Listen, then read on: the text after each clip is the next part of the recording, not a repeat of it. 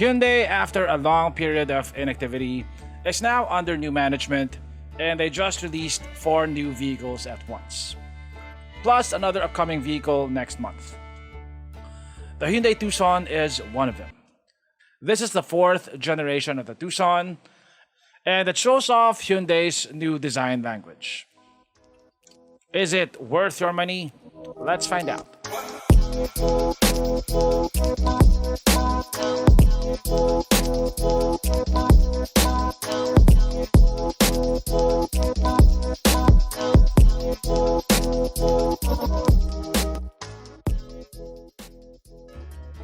The Tucson is a compact crossover. In terms of size, it is a bit longer and wider than the Toyota RAV4, but it's not as tall. This comes in 2 variants here in the Philippines, a gas variant and a diesel variant. This right here is the diesel variant, and it sells for 1.84 million pesos. Hyundai's recent designs have been very unique. I think it might be a like it or hate it thing, but you definitely cannot accuse it of looking boring. The front of the Hyundai Tucson has a very similar layout to the front of the Hyundai Creta. Like the Creta, when the lights are off, it's hard to tell where the DRLs are because they're the same shape as these elements on the grille. So these over here are the DRLs. The grille itself is finished in black chrome. The headlights are down here. The top of the line Tucson comes with these huge 19-inch two-tone mag wheels. So they have this polished aluminum and gunmetal finish, and they have this very angular looking design. And you'll see later that the angular design is not limited to the wheels. By the way, it comes with disc brakes at the front and also at the back. Now, this has got to be one of the most angular looking cars on the road today. You have so many lines and angles going on here. You have this shoulder line that runs from the taillight and connects with this focal point over here, where 3 other lines connect. You have this line over here, also over here, and even this cladding down here is very angular looking. You have this aluminum accent here, which looks like an aerodynamic fin. Like most other crossovers, this comes with these flat black plastic claddings on the fenders and also on the rocker panel. But these ones look a lot more styled. You have this indent over here, and you have this indent over here. Overall, it's a very cohesive design. So here at the back, it looks just as unorthodox as the other angles of the car. You get this LED light bar, and you have these fans sticking out at the bottom. It's an all LED affair. You also have these triangular patterns over here, which are similar to the ones that you see on the grille.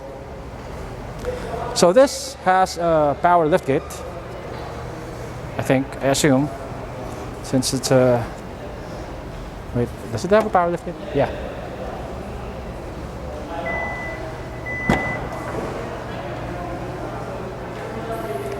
Okay, so in here you get this much cargo space. You also have this tonneau cover.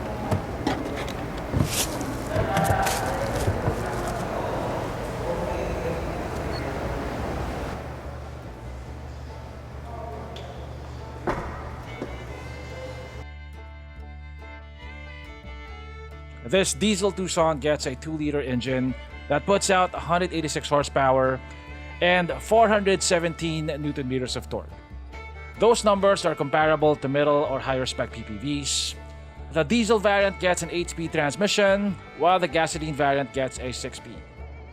It gets a McPherson strut suspension at the front, and it gets an independent multi-link suspension at the back. Okay, so we're now inside the Hyundai Tucson, and I like how this interior looks. Specifically this high center console over here, which gives the cabin a more premium look and feel. The dashboard has this multi-level design, and I like how the air vents are integrated into this accent over here. You have these continuous lines that run from the dashboard all the way to the door sidings, and the air vents look very well integrated. They're over here. Like the Hyundai Creta, the Tucson also gets this leather wrap steering wheel with this very unusual design. You got these whiskers over here. You got these aluminum accents, and of course it's leather wrapped. This does not have adaptive cruise control. You get paddle shifters over here. Of course, everything is covered in soft touch materials. This is soft touch over here. This is also kind of soft touch. This is soft touch. This is soft touch over here. The armrests are of course leather wrapped. You do get plenty of piano black accents, which I don't mind.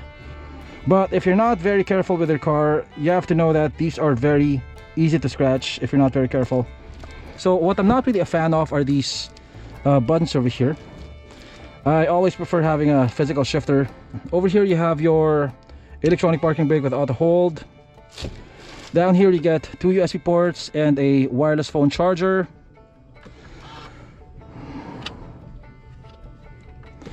Okay, so over here you get this 10-inch instrument cluster, which looks very modern. I have no complaints about that. The thing is though, the infotainment screen looks a bit small, especially compared to the size of this center panel over here. It kind of looks like it has a huge bezel around it. Down here you get dual zone climate control. You get physical buttons for adjusting the temperature. The fan speed controls though are fully capacitive.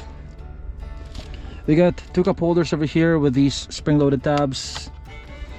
In terms of storage, you get a pretty sizable glove box. The armrest is leather wrapped, and underneath you get pretty decent storage as well.